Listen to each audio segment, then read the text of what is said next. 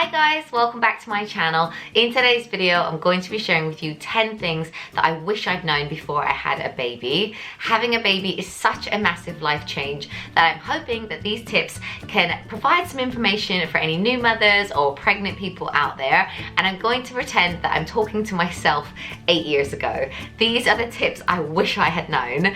If you like this kind of video, don't forget to subscribe. And I've also made 2 others like this. I did a 10 things I wish I'd known before giving birth, and also 10 things I wish I'd known about postpartum after birth. So I'll link both of them down below as well. And I'm super excited because today's video is also a collab with my friend Hayley Page. Hayley has an amazing YouTube channel. I will link her down below.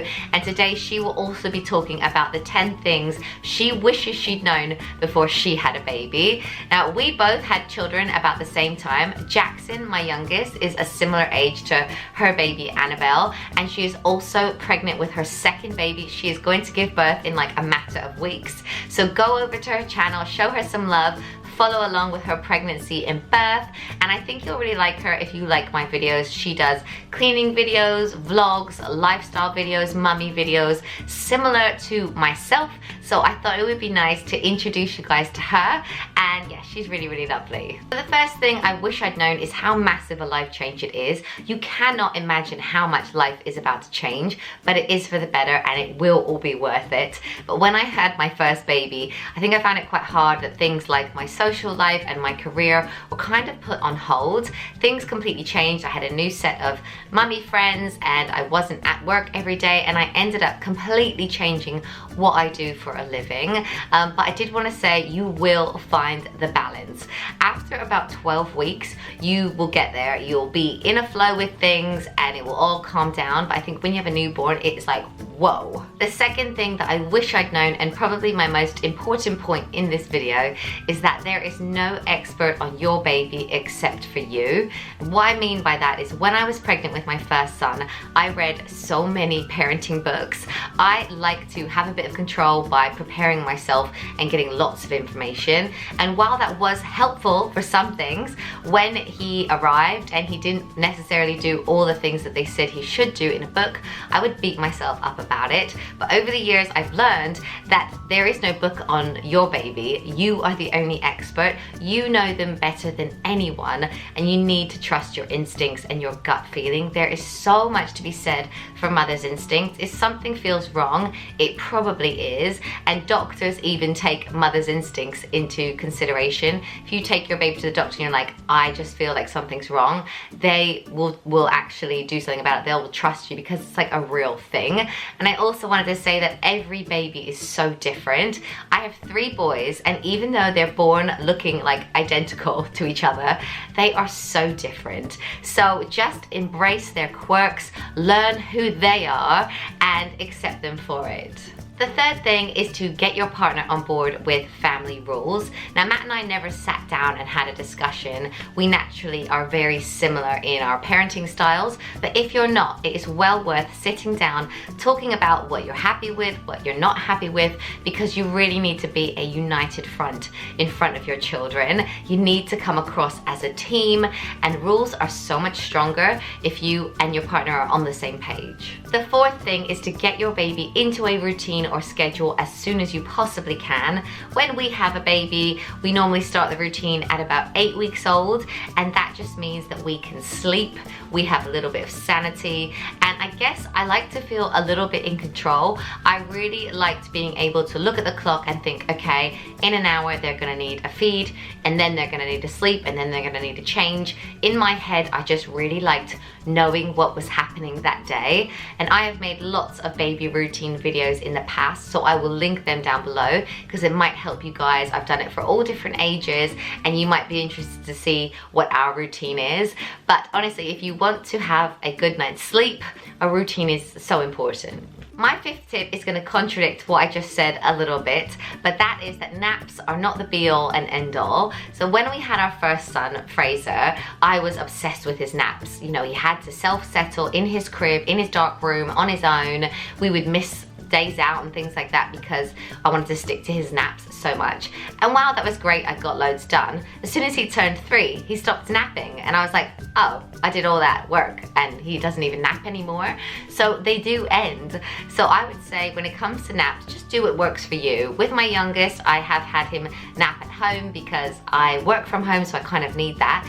But if we're out one day and they fall asleep in the buggy or they fall asleep in the baby carrier, it's not a massive deal because naps are gonna end when they're about 3 years old. The 6th thing is that changing a nappy or changing a diaper is no big deal, and it's actually a really nice bonding time. So many people crack jokes about whose turn it is to change a diaper or how smelly their baby is, but I actually love it. It's a really nice time to chat to your baby, blow raspberries on their tummy, tickle their feet. It's a really nice time to bond. So don't even worry about it, and you will come to realize that poo, wee, vomit, it's no big deal. The next one is don't be too hard on yourself. Parenting is really hard. It's emotionally draining. It's also exhausting, and you can't do it all. Sometimes you will need a break. A 10-minute shower can make all the difference. A date night out with your husband can get you guys to connect again. So sometimes you will need a little break. So don't be afraid to accept help, and don't try to be superwoman. I think I tried to do that, and you don't get a medal for it. Like, I should have 3 medals by now. I don't have any. So, you know, don't worry about the housework so much. If you have a baby that's not very well, you're gonna let the housework pile up because they're more important now. So, you know, lower your standards. You know, you're not gonna be the same as you were before you had a baby. And a massive tip on that is get a cleaner. I didn't get a cleaner until we had our 3rd child. And I think, why didn't I do this sooner? It's £30 a week. It's the best money I ever spend. But I think I wanted to be like, you know, I can keep it all up. I can do it all. I can juggle all these things. But you know, you don't have to do that. Number 8 is to get yourself a little first aid kit and make sure it's stocked just in case. In my experience, my children can be absolutely fine all day long, but then in the middle of the night, an illness will strike. And if I'm out of anything, it's very stressful. So just get things like a thermometer, something to bring down a fever or to help them with pain, and teething products as well. And on that, don't ever be afraid to call the emergency services if you think you need to. In the UK, we have something called 111, which isn't like emergency, but you can speak to a nurse or doctor and get information on how to deal with things. But we have had to call an ambulance in the past. When Fraser was 3, he had croup really badly, and I called more for advice, but they heard him in the background and they sent an ambulance with oxygen within about 2 minutes. So I don't think even I realized how severe it was, and we actually had to go to hospital and everything. So yeah, just go with your instinct. The 9th thing that I wish I'd known before I had a baby is that breastfeeding can actually be really hard. When I was pregnant, I was like, I'm gonna have a baby and I'm gonna breastfeed.